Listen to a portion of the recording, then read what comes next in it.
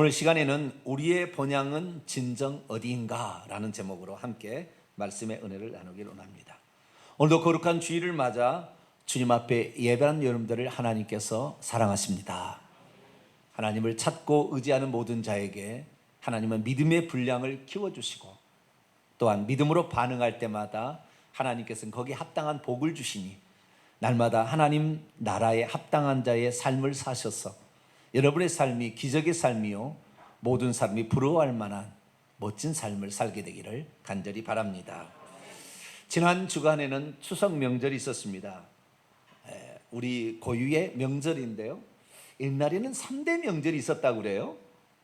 추석, 설날, 또 하나가 있었어요. 단오가 있었습니다.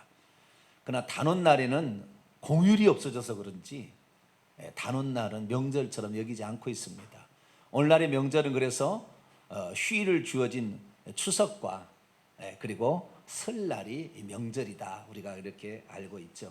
그래서 명절 때가 되면 고향을 찾아 꼭 회귀 본능이 있는 연어 뭐 이런 것처럼 자기가 태어난 그것을 향하여 수년 동안 태평양에서 지냈던 그것이 이 강원도 산골로 찾아서 이렇게 올라가듯이 마찬가지로 우리가 추석 명절이나 이렇게 되면은 고향 부모님을 찾아서 이동하게 됩니다. 올해는 가는 날이 많지 않고 오는 날은 괜찮았기 때문에 올 때는 별로 불편함이 없었는데 갈 때는 얼마나 밀렸는지 몰라요. 그동안에는 좀 날짜가 그 가는 날도 좀 여유가 있어가지고 뭐 4-5시간 걸릴 곳이 8시간, 9시간까지 걸렸다고 하니까 엄청나게 고생했습니다. 그러나 고향을 찾는다는 것은 설렘이요, 그리고 부모를 만나서 또 형제간 만나서 그동안에 못한 이야기를 나눈다는 것은 우리의 기쁨이기 때문에 부모님께 인사드리는 것이 우리의 마음이기 때문에 기꺼이 다 다녀온 줄로 믿습니다. 고향은 참으로 우리의 마음을 푸근하게 만드는 안식처가 아닌가라는 생각을 합니다. 여러분은 고향하면 어떤 생각이 좀 떠오릅니까? 저는 소꿉놀이하고 진달래 꽃 따다가 먹으며 그리고 어린 때에 그 동네에서 놀던 동구 밖에서 놀던 시절이 떠오릅니다. 저 같은 386 세대 같은 경우는 어떻게 놀았냐면 자치기, 말타기, 그리고 나이 따먹기 아세요? 가위바위보에서 이긴 사람은 11살, 진 사람은 10살이에요. 그래가지고 둘이 손을 잡으면은 10살짜리는 20살이 되기 때문에 11살짜리를 잡으면은 내 편이 됩니다. 그래서 내 것이 돼요. 이런 나이 따먹기. 그 다음에 가위생이라 해서 이렇게 그려놓고 이렇게 몰래 지나가서 오면은 이기는 뭐 이런 게임들이 있어요. 이런 게임들을 하고 지냈습니다. 여자들은 고무줄 놀이를 하고요, 깨금발 딛고 이렇게 뛰어가지고 이렇게 무슨 발로 무슨 차면서 이렇게 왔다 갔다 하는 이런 놀이들을 하고 이렇게 지냈습니다. 우리의 그 어린 시절들은 우리의 마음을 푸근하게 해주는 것은 어렸을 때는 마음이 순수하기 때문에 예수님도 어린아이 같이 자기를 낮추는 자가 천국에서 큰 자다 말씀하시고 어린아이 같이 나를 받아들이지 않는 자는 천국에 들어갈 수 없다 말하므로 어린아이들은 계산하거나 따져보지 아니하고 엄마의 말을 그대로 믿고 그대로 따라갑니다. 그리고 순수함이 있기 때문에 슬프면 슬프다, 아프면 아프다 표현하는데 우리는 아파도 안 아프다 이렇게 말하는 이런 것이 있는데 어린아이들은 그렇지 않아요. 그래서 어릴 때가 늘 생각이 납니다. 특별히 가끔 가다가 들려오는 동요를 들어보게 되면 어린 시절이 생각이 납니다. 엄마의 손을 잡고 눈 내리는 눈이 속히 쌓이는 그 마당을 건너서 물을 뚫어 샘에 갔던 이야기. 그리고 학교를 가는데 이 돌다리가 있어요. 개울가에 돌다리가 있어서 형이 잡아줄게, 이리 와, 뛰어봐 무서워요 막 이렇게 하면서 그 돌다리를 조심스럽게 건너가던 우리의 삶, 그것이 있습니다. 특별히 이 고향을 생각하면서 동요를 생각하면 이런저런 노래가 생각이 나는데요. 오빠 생각, 뜸북 뜸북새 논에서 울고 뻐꾹 산에서 울지. 우리 오빠 말 타고 서울 가시면 비단구두 사가시고 오신다는데 항상 그래서 저 같은 경우도 누나 그리고 형이 뭘 나에게 사다 줄까 늘 기대하면서 그렇게 살았습니다. 그 중에서도 가장 우리의 심금을 울리는 노래는 고향의 봄입니다. 고향의 봄. 나의 살던 고향은 꽃피는 산골, 복숭아꽃, 살구꽃, 아기 진달래, 울긋불긋 꽃대골 차린 동네, 그 속에서 놀던 때가 그립습니다. 2절 잘 안 불러보셨죠? 2절 한번 같이 한번 불러보겠습니다.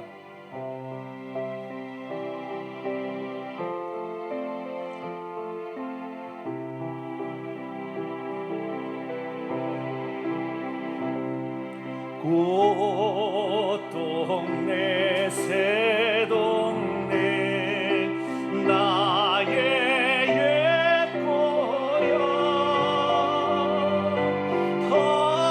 파란들 남쪽에서 바람이 불면 냇가에 수양거들 춤추는 동네 그 속에서 놀던 때가 그립습니다.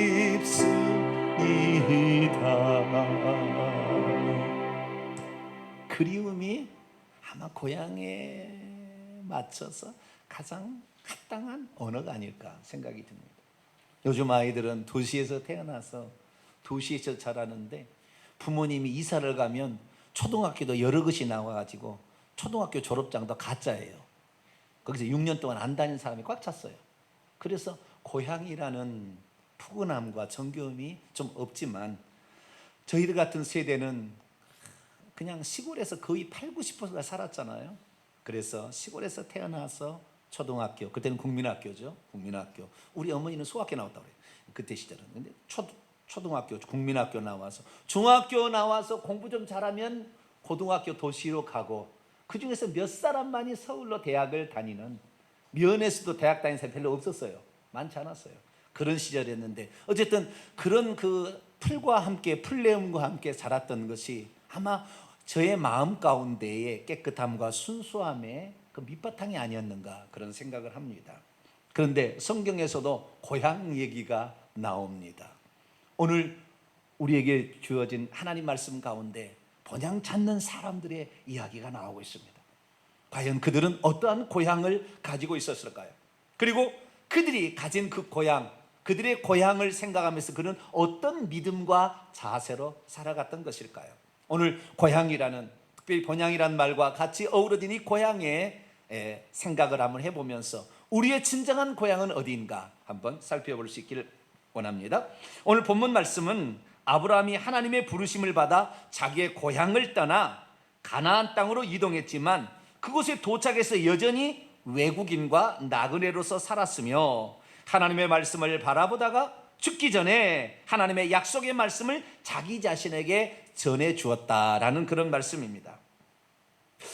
여기서 한 가지 우리가 특별한 것은 왜 아브라함은 자기의 고향이 분명히 있었음에도 불구하고 고향을 떠나온 다음에 단 한 번도 고향을 가지 않았을까? 고향을 찾은 적이 없어요. 뿐만 아니라 하나님께서 지시할 땅으로 가라고 해서 가나안 땅에 도착했지만 그 땅을 자기 땅이라고 한 번도 생각하지 아니하고 나는 그들에게 외국인과 나그네라 라고 말하고 지냈던 것일까요? 우리의 마음 가운데 고향은 우리의 정서를 형성해주는 단단한 기반이 됩니다. 그래서 고향은 너무나 소중하고 귀중한 것인데 아브라함에게 고향은 사실 고향이 아니었던 것 같아요. 그래서 그의 마음 가운데 그의 고향은 새로운 고향을 찾아야 했던 것 같은데 그래서 그의 마음 가운데는 어떤 고향을 가지고 있었을까요? 오늘 본 말씀은 작자미상으로 알려진 유대인 그리스도인에 의하여 유대인 그리스도인들에게 보내어진 편지의 일부분입니다.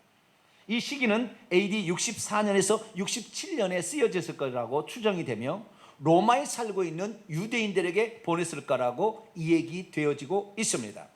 아마 사도 바울이 아니었겠나라고 추정하는 사람도 있습니다. 그런데 여기에 11장에 보면 믿음의 사람들의 이야기가 나옵니다. 15명 정도가 여기에 등장하고 있는데요, 오늘 본 말씀에는 아브라함, 이삭, 야곱 그리고 사라까지 등장하고 있습니다. 그 중에 핵심 인물은 아브라함인데, 아브라함은 하나님께서 그에게 보여줄 땅을 향하여 가라고 했을 때 기꺼이 자신의 고향을 떠나 하나님이 지시할 보여줄 땅을 향하여 가게 되는데, 하나님이 보여줄 땅이 하나님께서 미리 보여주고 가는 것이 아니었고, 창세기 12장을 읽어보게 되면 그냥 하나님의 말씀만 믿고 그냥 떠났어요. 가다가 도착하니까 보라, 여기가 이 땅을 너에게 주겠다. 그래서 비로소 그 땅이 하나님의 땅인 줄, 하나님이 그에게 주실 땅인 줄 알았어요. 아브라함은 갈 바를 알지 못했지만 하나님의 약속을 믿고 그렇게 따라갔고, 그리고 가나안 땅에 살다가 가나안 땅에서 눈을 감습니다. 그런데 그가 가나안 땅에 도착했을 때에 그 땅이 하나님이 주신 내 땅이라고 생각하고 그 땅 사람들을 정복하거나 그 땅을 차지하기 위해서 온갖 권모술수를 쓸 수 있었음에도 불구하고 그는 단 한 번도 가나안 땅을 정복하기 위해서, 가나안 땅을 차지하기 위해서 권력을 남용하거나 그러지 않았어요. 그의 조카 롯이 붙들려 갔을 때 그의 조카 롯을 구출하기 위해서 자신의 집에서 길리온 318명의 하인들을 데리고 가서 단번에 그 가나안 그 동맹국들의 사람들을 쳐버리고 오는 걸 보게 되면은 그 집이 얼마나 큰 집이었을 거라고 추정이 되어지며, 또한 그가 얼마나 군사적으로도 무장된 군인과 같은 사람이었다는 것이 추정이 되는데, 그는 가나안 땅에 들어갔을 때 단 한 번도 정복 전쟁을 한 적이 없고 가나안 땅 사람들을 해한 적이 없더라고, 그죠? 그리고 가나안 땅 사람들에게는 나는 그들에게 외국인과 나그네라 불리는 것을 기뻐했다. 왜 그랬을까요? 믿음이 없으면 이 세상의 것들에 집착하게 됩니다. 믿음이 없으면 이 세상의 것들을 취하는 데만 급급하게 됩니다. 믿음이 없으면 남을 해치더라도 내 것을 찾아야겠다는 욕심으로 가득 차게 됩니다. 믿음이 없으면 하나님께서 진정 주시고자 하는 것에 내 초점을 맞추지 못하고 하나님이 주신 것이 아닌 이 땅의 것에 초점을 맞추며 살아가게 됩니다. 믿음이 없으면 하늘에 준비된 약속의 도성을 바라보지도 못합니다. 믿음이 없으면 하늘에 준비된 진짜 우리의 기업이 있음을 깨닫지도 못합니다. 믿음이 없으면 하늘에 준비된 유업이 있다 할지라도 내 눈으로 보지 못하는데 무슨 기업이 있어? 라며 무시해버립니다. 믿음이 없으면 자식들에게 이 세상에 속한 것들을 물려주려고 애를 씁니다. 믿음이 없으면 자식들에게 하늘의 기업이 있다는 것을 중요하게 가르치지 않습니다. 믿음이 없으면 진정 우리가 추게 될 것이 무엇인지 모른 채 살다가 덧없는 인생 쓸쓸하게 간다하고 죽을 수밖에 없습니다. 그러면 우리는 어떻게 살아야 할까요? 우리는 믿음으로 하나님께서 우리에게 주실 영원한 기업이 하늘에 준비되어 있음을 알고 그 기업을 향하여 달려가고 살아가는 복된 성도가 되기를 축원합니다. 오늘 본문 말씀을 보게 되면 우리가 두 가지 정도는 좀 이해하고 넘어갈 단어가 등장하는데요, 하나는 약속이라는 것과 하나는 본향이라는 것입니다. 자, 여러분이 가지고 있는 성경책을 한번 보도록 하겠습니다. 13절입니다. 13절 같이 한번 읽어볼까요? 시작. 이 사람들은 다 믿음을 따라 죽었으며 약속을 받지 못하였으되 그것들을 멀리서 보고 환영하며 또 땅에서는 외국인과 나그네임을 증언하였으니, 이 사람들은 따라 믿음을 따라 죽었는데요, 약속을 받지 못했다. 이걸 잘못 오해하게 되면 하나님께서 아브라함과 이삭과 야곱, 사라에게 약속한 것이 없다, 그런 식으로 비춰질 가능성이 있어요. 근데 이 받다라는 말을 헬라어로 보면 취하다라는 말이에요. 그러니까 하나님께서 그들에게 약속하신 것을 끝내 취하지 못하고 죽었다 그 말이에요. 그런 말이지 하나님이 그에게 약속을 안 했다는 말이 아닌데, 이 말을 잘못 이해하면 하나님께서 약속도 안 했는데 약속을 받은 것처럼 착각하고 살았나? 이렇게 착각할 수 있는데 그건 아니었다라는 것입니다. 두 번째는 14절에 나와 있는 본향이란 단어입니다. 14절 한번 읽어볼까요? 시작. 그들이 이같이 말하는 것은 자기들이 본향 찾는 자임을 나타냅니다. 본향이라는 단어가 나옵니다. 본향, 저는 대학생 때 어린이 전도협회를 가서 일주일 동안 이렇게 5일 클럽, 일주일에 5일이었어요. 5일 클럽을 이렇게 해가지고 교사로서 이렇게 훈련을 받았어요. 그러면서 이 각 동네마다 이제 훈련을 받게 되면은 그 어린 전도협회에서 하는 성경 공과 설교 이런 걸 준비해가지고 나가서 그 지역의 교회에 가서 놀이터에 어린아이들을 모아가지고 해가지고 그 교회로 데리고 가서 그 여름 성경학교처럼 이렇게 했어요. 근데 그중에 가장 기억에 남는 것이 본향교회예요. 본향교회. 총회장이 나오셨나 지금은? 본향교회였어요. 그 작은 교회였습니다. 어마어마하게 지금 커졌더라고요. 근데 그 작은 교회, 그 본향교회 가서 했는데 본향이 뭔가? 본향이란 말은 고향이란 말하고 비슷한 단어입니다. 본향과 고향은 어떤 차이가 있을까요? 영어로 본향은 홈랜드라고 그러고 고향은 홈타운이라고 그래요. 뭐 그가 극인 것 같아요. 그 본향은 뭐고 고향은 뭐냐? 본향이라는 것은 본래의 고향을 준말로 본향이라고 합니다. 그래서 본디 고향을 본향이라고 한다. 근본 본자를 써서 본향이라고 부릅니다. 그러니까 동일한 말인데 좀 표현을 좀 달리 했다, 이렇게 생각하시면 됩니다. 그런데 이 본향이란 말, 이것의 근원은 고향인데, 고향의 의미가 뭘까요? 우리는 보통 고향이라고 하면 내가 태어나고 자란 곳, 내가 태어나서 자란 곳, 이것을 고향이라고 생각합니다. 그런데 이 고향이라는 말은 그런 뜻만 있는 것이 아닙니다. 오히려 성경에 나와 있는 본향이라는 말은 이 다음의 뜻이 더 많습니다. 첫 번째 뜻이 아니에요. 그러면 국어 사전을 보게 되면 그 뜻이 나와 있는데요. 두 번째는 조상들이 대대로 살아온 곳이 고향이다. 조상들이 대대로 살아. 세 번째는 마음속에 깊이 간직한 그립고 정든 곳이다. 이것을 고향, 마음속에 간직된 그립고 정든 바로 그곳. 그리고 마지막으로 네 번째는 어떤 사물이나 현상이 처음 생기거나 시작되었을 때도 마음의 고향이다, 이렇게 표현함으로 어떤 은유적으로 사용되는데요. 두 번째, 세 번째, 조상들이 대대로 살아와고 마음속에 깊이 간직된 그립고 정든 곳, 이것을 바로 고향이란다는 의미가 성경에 나와 있는 고향, 본향이라는 의미와 거의 유사한 개념입니다. 그러면 아브라함은 어디에서 태어나서 어디에서 자랐을까요? 우리는 창세기 11장 27절 이하부터 이 아브라함이 어디서 태어났고 자랐는지를 알 수가 있는데요. 아브라함의 아버지는 데라였습니다. 데라는 세 아들을 낳았는데요. 아브라함과 나홀과 하란입니다. 그런데 이것은 거꾸로 기록되어 있어요. 하란을 맨 처음에 낳았고 70세, 나홀을 120세, 아브라함을 130세에 낳았어요. 그래서 아브라함은 셋째 아들입니다. 이 하란을 낳았는데 이 하란의 아들이 롯입니다. 롯. 그리고 딸을 둘을 낳았는데 첫째는 밀가예요. 이 밀가하고 데라의 둘째 아들 나홀하고 결혼을 합니다. 아시겠죠? 그래서 부두엘이 나와요. 부두엘이 라반, 리브가가 또 낳게 되죠. 그런 역사가 있어요. 그래서 그때는 가족 간의 결혼이 허용되는 시절이라 나홀과 자기의 조카죠, 조카 딸하고 결혼해가지고 자식을 낳고, 왜냐하면 나이 차이가 많잖아요. 50년 이상 차이 나잖아요.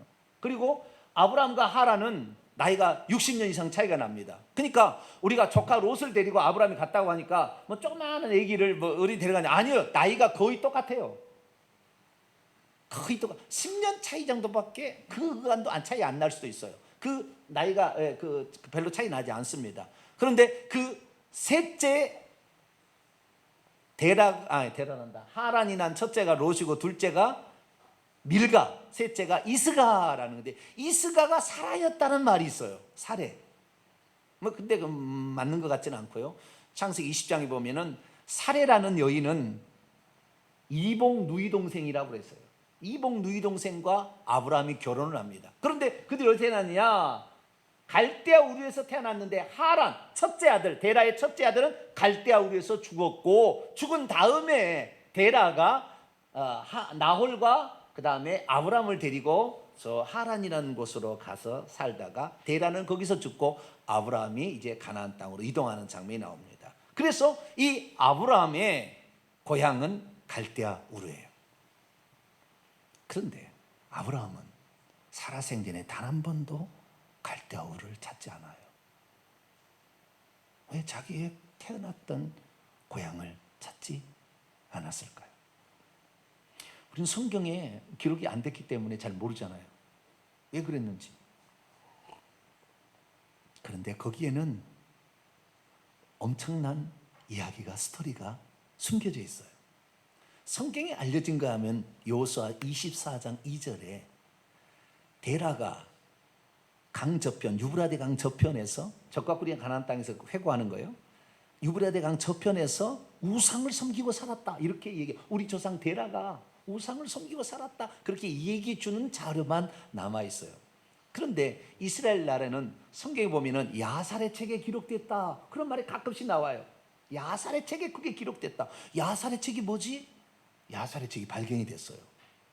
야살의 책은 이 창세기의 이야기가 우리가 쓰여있지 않는 많은 이야기들이 거기에 기록이 돼 있어요. 근데 거기에 기록이 돼 있는데, 거기에 보게 되면은 아브라함의 아버지 데라는 우상 숭배자였고요, 아브라함의 아버지 하나 더, 아브라함의 아버지는 니므롯의 오른팔이었어요. 노아가 셈과 함과 야벳을 낳게 되는데, 함은 저주받은 그런 아들이잖아요. 술을 먹는 아버지, 하체가 뭐 이렇다 해가지고. 그런데 이 함이 낳은 아들이 구스인데, 구스가 니므롯을 낳습니다. 니므롯은 함의 손자예요. 그런데 그 니므롯이, 구스가 아담과 하하가 입었던 가죽옷을 계속 물려주다가 구스가 그것을 훔쳐내요. 그래가지고 자기 아들 니므롯이 입힙니다.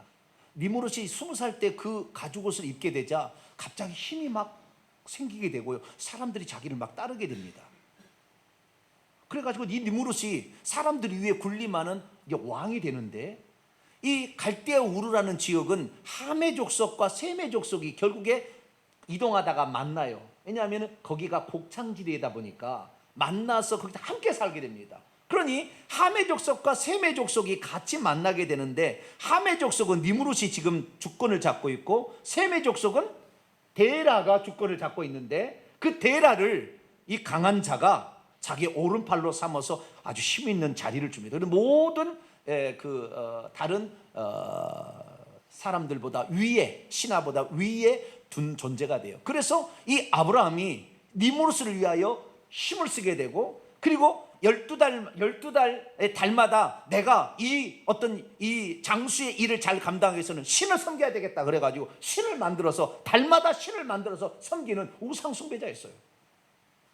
그런데 이 아브라함이 태어나게 될 때 성경에는 나오지 않지만 새로운 얘기를 하게 됩니다.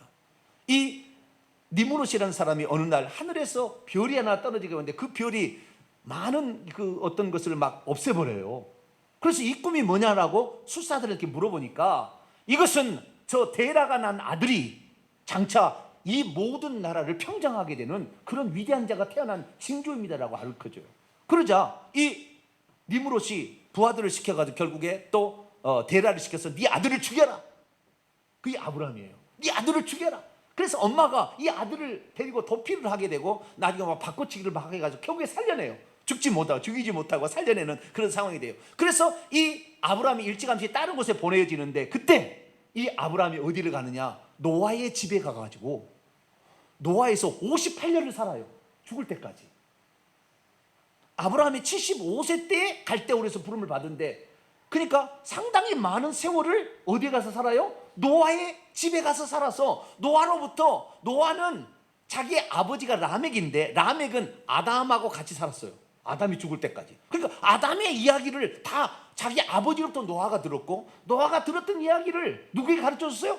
아브라함에게 가르쳐 준 거예요. 그러니까 아브라함은, 우리는 원래 우리는 원래 에덴 동산에 살고 있었던 그런 사람들인데 우리가 죄를 지어서 쫓겨나게 됐는데 우리가 그 에덴 동산 같은 하나님이 준비한 낙원에 다시 들어가려면 우리는 죄를 회개해야 된다. 이것을 가르쳐 준 거예요.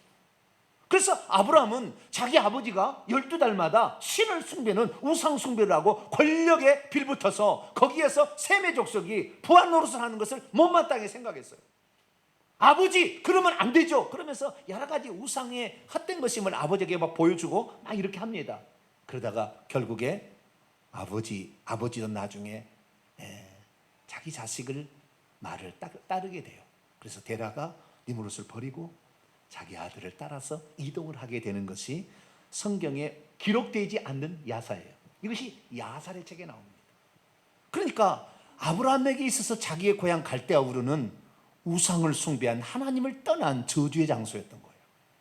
그러니까 절대 가지 말라고 그러는 거예요.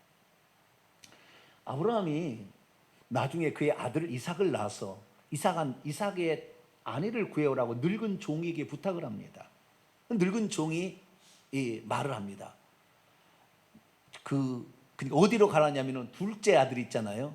둘째 아들 데라의 둘째 아들 하란 지역에 가서 그 부두엘의 그 소생인 리브가를 데려오라. 그래서 가는데 그럼 안 온다면 어떻게 할까요? 그렇게 했을 때 하는 얘기가 있어요.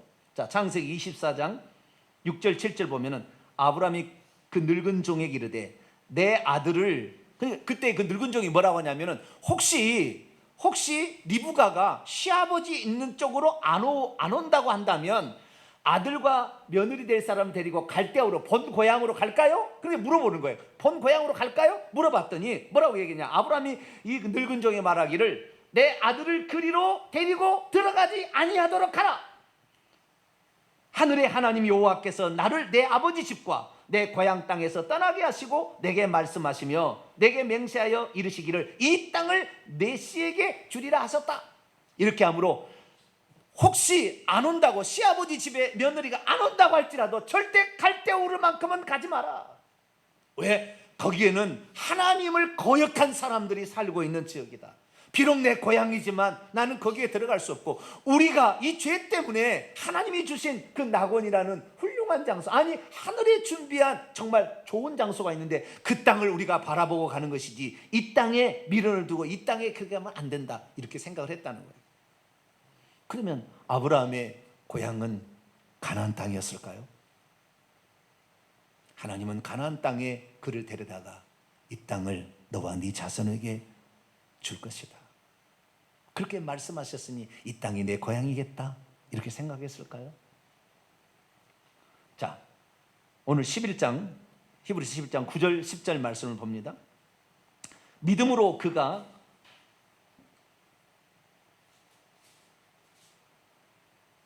9절 10절 보면 믿음으로 그가 이방의 땅에 있는 것 같이 약속의 땅에 거류하여 동일한 약속을 유업으로 함께 받은 이삭과 야곱과 더불어 장막에 거하였으니 이는 그가 하나님이 계획하시고 지으실 터가 있음을 바라봄이라 이렇게 말하고 있습니다. 자, 여기 보게 되면 이 아브라함이 살았던 삶을 얘기하고 있는데 그는 늘 장막에 거주했다 이렇게 말하고 있어요. 장막에 거주한 것은 무엇입니까? 언제라도 이사갈 준비를 했다라는 것을 말해주고 있어요.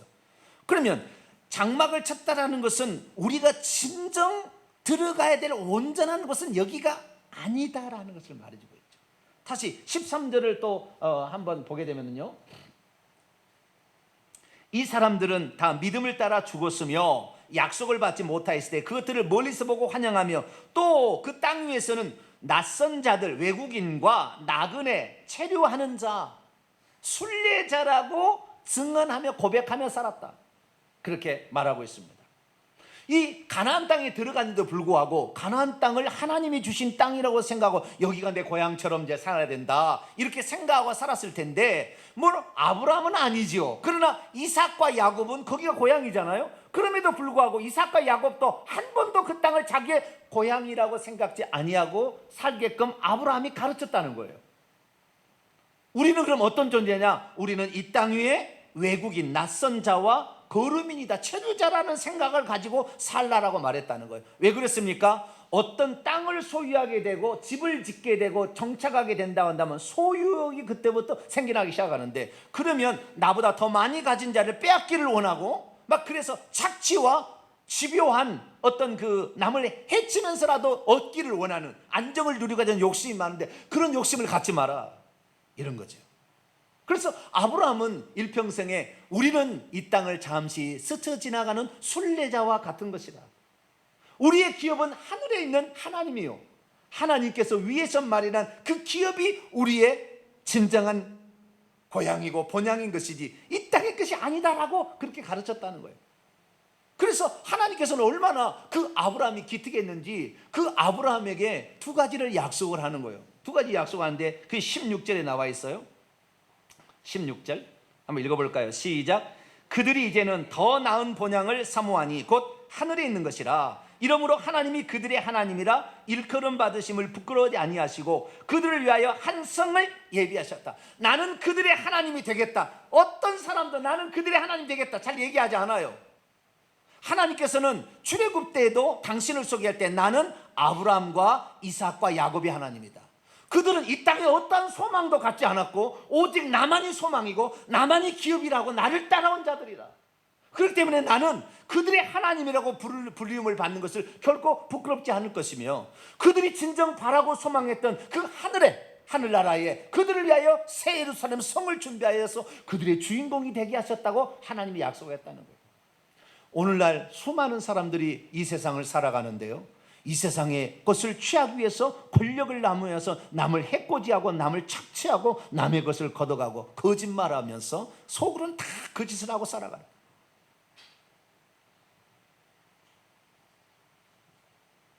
그런데 아브라함은 그렇게 살지 않았다는 거예요. 이 땅에 살기는 살았으나 이 땅에 내가 아브라함이 바랬던 것은 한 가지밖에 없어요. 그 뭐냐면은 127세에 나이에 자기 아내가 먼저 죽어요. 자기는 175세에 죽고 먼저 죽습니다. 그러자 자기 아내 그 시체를 매장할 땅이 없잖아요. 지금 나는 여기서 그 해적 속 이런 사람들이 나는 외국인과 나그네다 이렇게 살았다는 거예요. 우리는 그런 사람이니까 당신은 해하지 않을 거니까 걱정하지 마시오, 이렇게 살았다는 거예요. 그런데 자기 아내가 죽자 시신을 밖에다 내버릴 수는 없으니까 그래서 해적서에 가서 얘기합니다. 그것이 창세기 24장에 나와요. 24장을 한번 열어보겠습니다. 여러분 성경책을 보세요.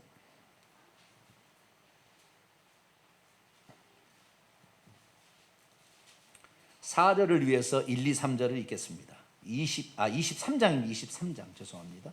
창세기 23장 4절을 위해서 1, 2, 3절 읽겠습니다. 사라가 120세를 살았으니 이것은 곧 사라가 누린 횟수라. 사라가 가나안 땅 헤브론 곧 기랏 아르바에서 죽음에 아브라함이 들어가서 사라를 위하여 슬퍼하며 애통하다가 그 시신 앞에서 일어나 나가서 헷족속에 말하 이르되 나는 당신들 중에 나그네요 순례자요 필그림이요 거류하는 자니 당신들 중에서 내게 매장할 소유주를 주어 내가 나의 죽은 자를 내 앞에 내어다가 장사하게 하시고. 아브라함은 이 땅의 것에 있어서는 소박한 것밖에 없었어요. 단지 내 아내가 먼저 죽어서 시체를 그냥 널브르게 할 수는 없으니 매장할 땅을 주시오. 그것도 그냥 준다는 것이 아니고 해적석 에브론에게 은 400세기를 주고 삽니다. 아니 당신이 우리 족속에게 한 얘기를 보면 기꺼이 내어드려야죠. 아니요, 내가 그렇게 땅을 함부로 취해서는 안 됩니다. 제가 사겠습니다. 그래가지고 그 아내를 매장할 매장지 땅 한 평 정도, 그것이 갖는 것이 그의 모든 일생의 땅이었어요. 근데 우리는 오늘도 땅을 얻기 위해서 얼마나 노력합니까? 불에 이글이글 타잖아요. 땅을 얻기 위해서. 사도 바울이 말합니다. 우리가 먹을 것 마실 것 입을 것 있으면 족한 줄로 알라. 할렐루야. 주님께서도 주기도문에 오늘날 우리에게 우리의 양식을 우리의 양식, 나만 먹고 배불러서 더 안정해서 남을 빼앗는 것이 아니라 우리가 같이 먹고 살아야 될 공동체라 생각하는 그런 마음을 가지라고 했는데요, 아브라함과 같은 마음을 지녔다고 하면 전부 천국이 될 것 같아요. 내가 보니까요. 근데 어차피 착취하기 위해서 이 명절 때도 부모가 재산을 나에게 얼마나 주나 형제가 하나 눈을 부립뜨고 막 그거 아니에요. 우리는 하늘의 순례자들. 할렐루야. 우리는 하늘의 순례자들. 본향이라는 것이 무엇일까? 성경에 나와 있는데요, 본향이라는 저는 이번에 설교 준비하면 찾아봤어요. 본향이라는 단어가 뭐라고 되어 있을까? 에? 홈타운일까? 홈랜드일까? 본향이라는 단어가 뭘까? 그래 헬라를 찾아보니까 헬라어는 파트리스라는 단어를 쓰고 있더라고요. 파트리스라는 단어에서 애국심이라는 말이 나옵니다. 영어 애국자, 애국심이 나오는데 거기서 나왔어요. 파트리스인데 이 파트리스의 원형은 파트로스예요. 파트로스는 아버지란 father라는 말이에요. father, 아버지. 좀 더 나가면 조상, 선조라는 말도 의미가 있겠지요. 그러나 대부분 아버지입니다. 아버지. 이 파트로스에서 파트리스가 나왔어요. 그래서 이 본향이라는 말은 어떤 의미였냐면, 본향은 자기 아버지의 나라, 자기 아버지의 땅을 의미했습니다. 저는 과거에 본향을 향한의 노래도 있고 막 그랬어요. 원래 우리는 하늘에 있다가 온 줄 알았어요? 아니에요. 우리는 하늘에 있다가 오지 않았어요. 우리는 이 땅에서 태어나서 하늘에 들어갈 사람이에요. 그런데 우리가 저 하늘에 들어가서는 어떤 사람이냐? 하늘의 생명을 가진 사람만 들어가요. 하늘의 생명은 누가 가지고 왔냐? 예수님이 홀로 가지고 와서 그분만 독생자예요. 하나님 생명을 가진 자. 근데 그분이 죽어서 부활하셔서 성령으로 우리에게 생명을 주게 되면 이제 우리의 본향은 우리의 아버지의 날, 우리의 본향은 우리의 아버지의 집, 천국이 됩니다. 할렐루야. 그래서 예수 그리스도를 믿게 되면 우리의 본향은 이 땅이 아니고 그때부터 바뀌는 거예요. 아, 예수 그리스도의 생명을 가진 자는 우리가 들어갈 저 천국이 우리의 본향이다. 할렐루야. 이게 바뀌는. 그러니까 그때부터 우리는 그 진정한 예수 그리스도의 생명을 누리는 자는 이 땅의 것을 많이 가지지 않아도 형제한테 주는 것이 오히려 기쁘지, 그것을 착취하기 위해서 몸부림치는 사람이 되지 않는다 그거예요. 아브라함은 자기 고향이 분명히 있었어요. 그러나 그 고향은 이미 우상숭배로 얼룩져 있고 권력을 탐하는 자로 얼룩져 있었어요. 마음의 고향을 찾기를 원했으나 그 고향이 없었지만 노아를 통하여 우리의 원래 고향은 에덴 동산, 하나님이 함께 거하시는 그 장소, 그 장소가 우리의 원래 고향이다. 그것을 그 마음에 새겼어요. 그래서 일평생 동안 나는 이 땅의 소유 때문에 남을 해하거나 해치지 않고 살아가리라. 내게 가진 것이 있다면 나는 베풀고 살아가리라. 그런 마음으로 일평생을 살고 오직 하나님만이 나의 기업, 나의 유업, 나의 영원한 것, 그렇게 생각하고 살았더니 하나님께서 그를 기뻐하시고 하늘의 위대한 성을, 더 나은 본향을 사모하는 그에게 하늘의 도성을 준비해 준 줄로 믿습니다. 어떤 사람이 천국에 들어갑니까? 이 땅의 것에 눈이 멀어서 거기에 온통 집중해 있는 사람은 천국에 들어가기 어렵다. 그래서 부자가 천국에 들어가기 어렵다. 예수님이 그렇게 얘기한 거예요. 우리는 하늘의 기업이, 하늘의 우리의 본향이 거기에 있다. 우리는 하늘에 들어갈 사람들이라 생각하고 이 땅의 것은 최선을 다해서 가진 거 있으면 베풀고 그냥 사라의 내장지 하나 있으면 만족했던 아브라함처럼 먹을 거 입을 거 맛있게 있으면 감사하고, 오늘도 하나님이 우리를 위해서 왜 오셨는가? 우리의 죄를 속량해서 천국 데려가려고 오셨다는 사실을 증언한 삶을 산다고 한다면 하나님은 우리가 하나님의 아들됨을 부끄러워하지 아니하려고 하늘의 위대한 성을 준비했다가 우리에게 주실 줄로 믿습니다.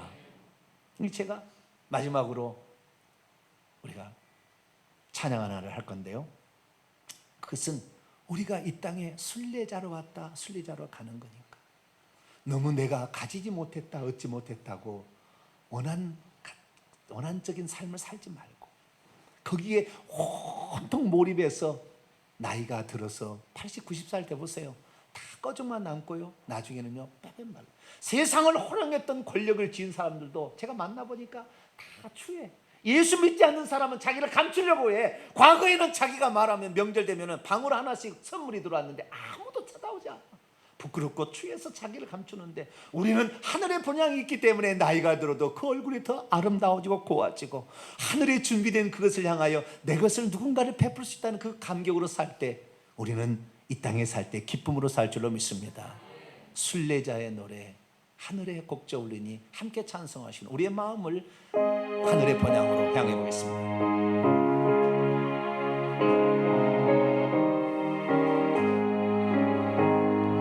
하늘의 곡조 울리니 내 마음 기쁘도다. 아름다운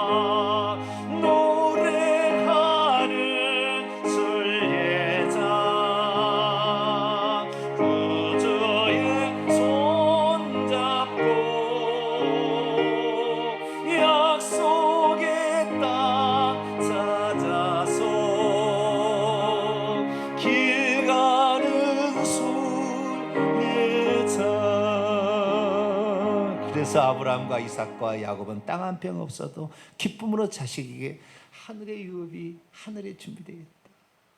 그 얘기, 우리가 이거 붙들고 가자 그랬다는 것입니다.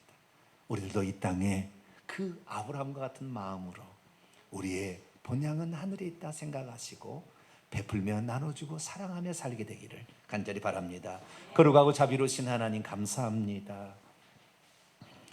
이 땅의 것이 진짜인 줄 아니 빼앗고 취하고 죽이고 형제간도 부모도 몰라보는 사람들이 많아지고 있습니다. 하늘의 본향 찾는 자는 이 땅의 것을 일부러 털어내버리려고 애쓰는 자가 아니겠습니까?